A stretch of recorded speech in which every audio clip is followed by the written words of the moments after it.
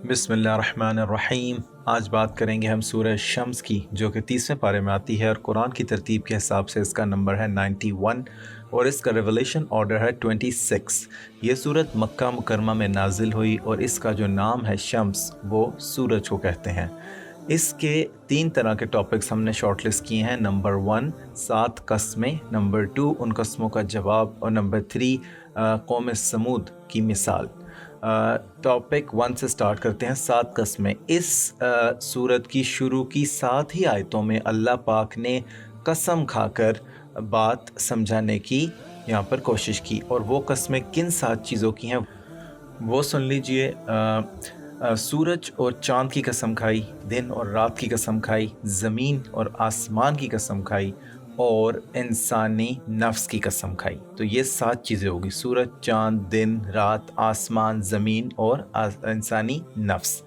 और ये इसके बाद जो जवाब दिया, टॉपिक 2 जो था, इस कसम का जवाब ये दिया कि अल्लाह ताला ने ये ज़िक्र किया कि हमने इंसान को वो एक बेसिक इंस्टिंक्ट उसे दे दी है, जिसमें उसको सही की पहचान बता दी है और उसको गलत की पहचान बता दी है।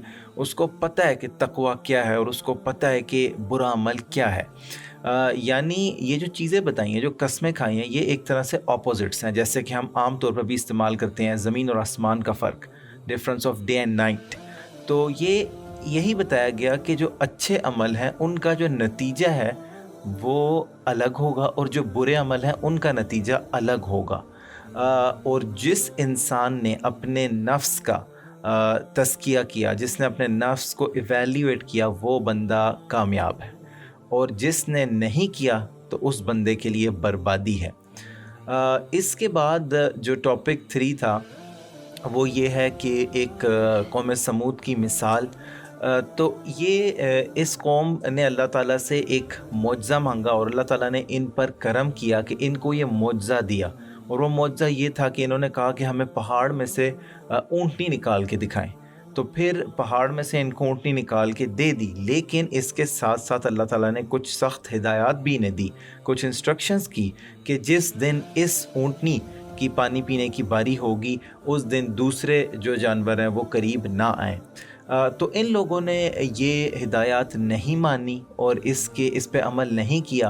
तो फिर एक दिन एक शख्स ने इनकी कौम से उठ के इस ऊँटनी का कत्ल कर दिया, और अल्लाह ताला ने फिर इन पर अज़ाब भेज दिया और इनको तबाह कर दिया। तो इस कौम का यहाँ ज़िक्र है कि इनकी बदआमालियों की वजह से इस पूरी कौम पे अज़ाब आ गया। अल्लाह ताला हमें समझने की और अमल करने की तौफ़ीक़ अता फ़रमाए। आमीन।